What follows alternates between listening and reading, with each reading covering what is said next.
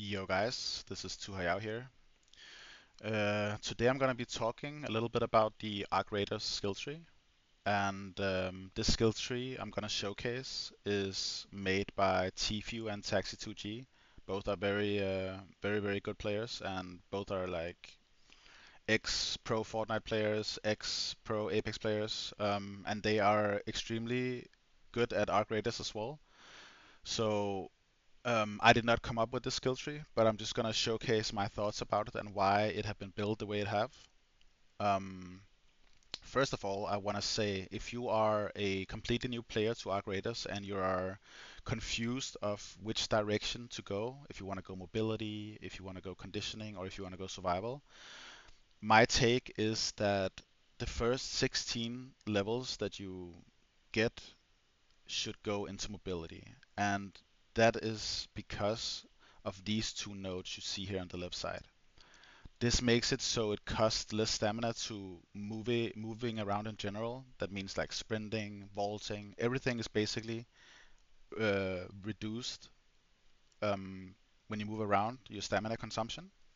And this one increases how much maximum stamina you have. So both are really good nodes here. So this is how I would do it if I had a completely fresh account, and this is also what I did after I reset my account. I immediately went 16 point into mobility to get, and also to take the one called carry the momentum. So what carry the momentum does is after you do a sprint dodge roll, I will show you how that looks in a second. Sprinting does not consume stamina for a short time. This ability have a cooldown. I'm not sure exactly how long the cooldown is, but if I just very quickly tap into Arc Raiders here to show you, I'm in the practice range here. So how the stamina works in Arc Raiders is after you start running, after some time there is gonna appear a little white bar under, like basically under your character. It doesn't appear immediately, but I'll show you here. So after some time here, you can see there will appear a white bar, and it should appear right about now. There, you see that little white bar when I'm running? That is my stamina. When I vault stuff, wait, let me find something to vault. When I vault something, it will consume stamina. You see it went down there. When I jump, it consumes stamina. You can see it doesn't go up because I keep jumping. And the last thing is when I dodge roll, this is a normal dodge roll. It consumes a little bit of stamina. And then the last thing that consumes stamina is a sprint dodge roll. And a sprint dodge roll requires you to be holding down shift if you're a mouse and keyboard player. And this is a sprint dodge roll. You can see it has some more momentum to it than this one have. So that's that's the different ways you consume stamina in this game. I don't think I missed anything. So basically what carry the momentum does, I'm just gonna wait a little bit here to make sure the cooldown is reset. But what it does is if I'm sprinting here and someone is shooting at me, then like to make myself harder to hit, I would maybe do a sprint dodge roll, which will look like this, and then pay attention to my stamina bar after I sprint dodge roll. You see here? Now my stamina bar is basically not moving. I don't know if you noticed, but it didn't move for around 2 seconds. And that is this skill node here, carry the momentum. So it makes it that you don't consume stamina for a very short time, around 2 seconds after you sprint dodge roll. Um, yes. And after that, I would start moving into the survival skill tree because you really wanna go up and grab especially broad shoulders and looter's luck as fast as you can, because it basically broad shoulders increases how much weight you can carry, which is how much like loot you can have on your character.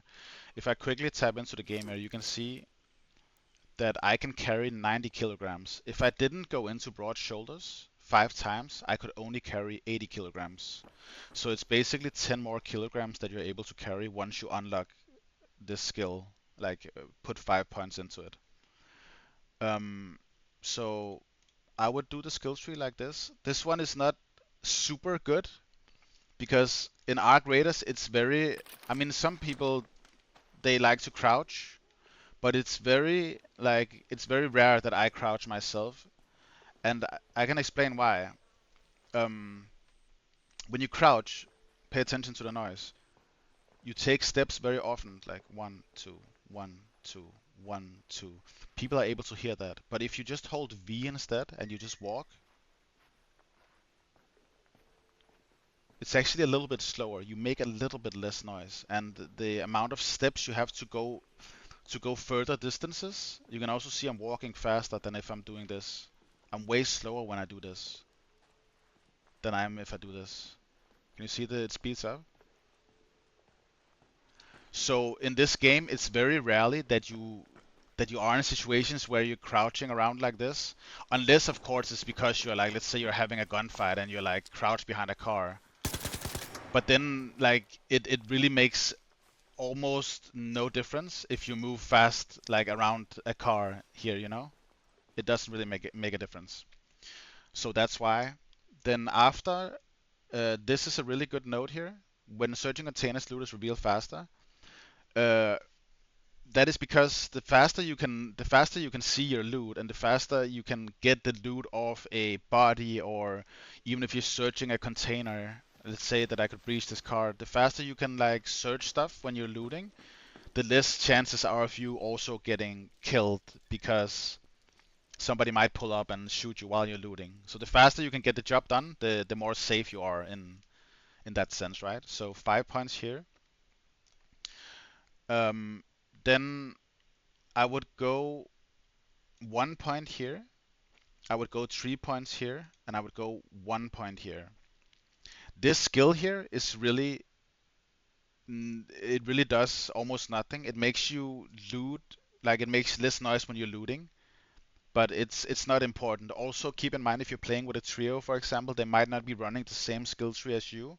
And usually when you are playing with a trio, you're running around with your friends or your squad or whatever. So if they don't have this skill fully maxed out, then it makes no difference if you have this or not, because they're gonna make the noise that you would have spent skill points trying to prevent that noise to be made, you know? So I would do it like this. Um, and then suffer in silence is just makes you make less noise when you're hurt. So let's say you're very low. I can't really do it here, but like if your like health bar drop below a certain point, your footsteps and your breathing and the overall all the noises you can like make as your character is gonna be like less present.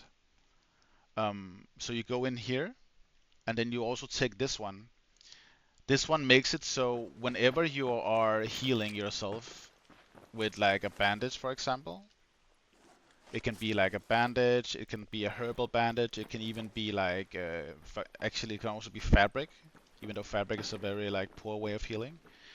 But whenever you are using one of your skills to heal yourself, you then gain like you regenerate more stamina. And as I explained before, stamina is a key indicator to keeping yourself alive. So you take both this one and this one. This one you basically mostly take because you need to go here because these two are really good. So this is going to increase your maximum weight loadout by 10 kilograms, and this one makes it so when you open, let's say you killed a player and you open their body, if you don't have this skill, you're gonna have to discover each item individually all the way through. Let's say they have 15 items, then you're gonna like each item is gonna load in one by one, and that's gonna take a while. But with looter's luck, there is a chance. I'm not sure exactly how big this chance is because it's not described in the skill tree. But there is a chance, and it happens pretty often. I've noticed myself that then two items are revealed at once, which makes it again, it makes it faster for you to be able to get the job done, take the loot off the corpse you need, and then like yeah, go back out there and be aware of if somebody is close by and whatnot, right? Um, After you done this, I would personally go. I would go into conditioning. I'm building this skill tree as I would, by the way, from a standpoint of if I was a completely like a fresh player. So I would go here first, then I would go do these things first, and then after that I would actually head into conditioning. This one is really good. It's called use to the weight. Wearing a shield doesn't slow you down as much. Now I don't have a shield on, but for example, when you're wearing a medium shield, if I back out to the lobby here, I can show you really quickly. But if you're wearing a medium shield, or even if you're wearing a heavy shield, which is the the most expensive one, which nobody really use, it have a effect of slowing you down. You see, it have a 5% reduced movement speed, and if I were to craft this one, it have a 15% reduced movement speed. It also blocks more damage, as you can see. This one blocks 52% damage, and this one blocks 42% damage. I never see people use this one because it's just not worth it, but it's just so you get the idea. So what this does is this one cuts that in half. So 5% turns into 2.5%, 15% turns into 7.5%. This one doesn't have any movement restriction, but most of the time when you're doing PvP and stuff, you want to be running with a medium shield because it just makes you more tanky and it makes your chances of survival bigger. So you definitely want to go into this one. Then this skill tree, or like this skill here, is really useless. You don't really care about hearing, like that your hearing is less affected by explosions. So you go here, and then this one is really good though. When you're hurt in combat, regain a fixed amount of stamina. Has a cooldown between uses. So it makes it so whenever you take damage, basically, you gain a little bit of stamina back, and then it goes on a cooldown, the same kind of way that this one goes on cooldown. I don't know exactly how long it is, but it doesn't matter. It's a really good skill. Then you want to go one into gentle pressure. Again, this is only to make way up to this one here. So now we're gonna go into here, um, and we're gonna max that out, and then we're gonna go into unburdened roll. It makes it so you gain an extra dodge roll. It can be either a normal dodge roll or a sprint dodge roll. But that makes it so it consumes no stamina. And as you saw it before when I was rolling around in the practice range, dodge rolling and dodging, and normal sprint dodge rolling, sorry, consumes a lot of stamina. So this makes it so somebody shoots at you, they break your shield, you're hurt, then you can dodge roll an extra time, which is really, really valuable. Then you go one into that, and you also want to take this one. This one is also really good again. When you're hurt, you just regenerate stamina faster.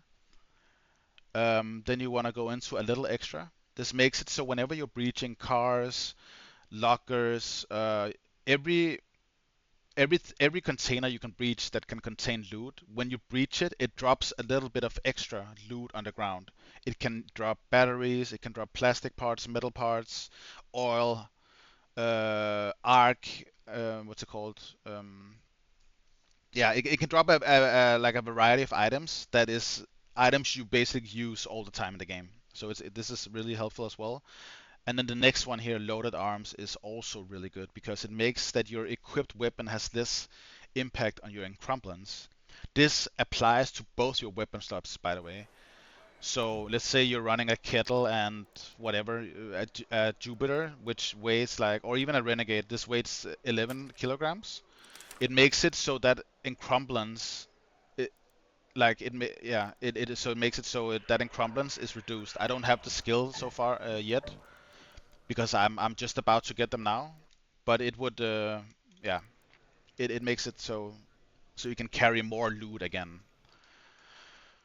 Um, then after here, you want to go one into downed but determined, and then you want to take 5 into turtle crawl, which makes it so while you're downed, you take less damage. And then some people be like, okay, but why why are you taking a skill that doesn't help you survive? Because usually in games you want to be like you want to prevent getting down, right? But we basically already take everything that prevents that in this skill tree. But when you happen to be down, it makes you way more tanky. You can take way more bullets, explosions before you actually die. And also most people in this game that are like to PvP, they're playing with the MK3 Survivor, which makes it that when you lay still on the ground, you recover up to 70% of your downed health. You basically slowly regenerate your health bar. Um, that combined with this one, the next skill I'm gonna take over here, crawl before you walk. When you're downed, you crawl faster. And some people don't know, but this skill actually makes you crawl twice as fast as if you were not having any points in this skill. And I've been playing with this myself, and I was a bit skeptical in the beginning. I was like, why are we taking these skills? But actually, after playing it and feeling how it feels to play with them, I'm very surprised how good it actually feels and how many times I've been able to crawl out of sticky situations. Because sometimes, like if you're in a trio, you get knocked, and then people keep on fighting, and sometimes people don't have time to knock you out or to spend an entire mag to finish you off, which this one will help with because then it wouldn't just be able to finish you off that quickly because you're very tanky. And the amount of times I've been able to crawl out of a sticky situation, crawl around a corner, or even crawl back to my teammates, it's actually pretty often you manage to do that. Then you want to put your 5 points into this one.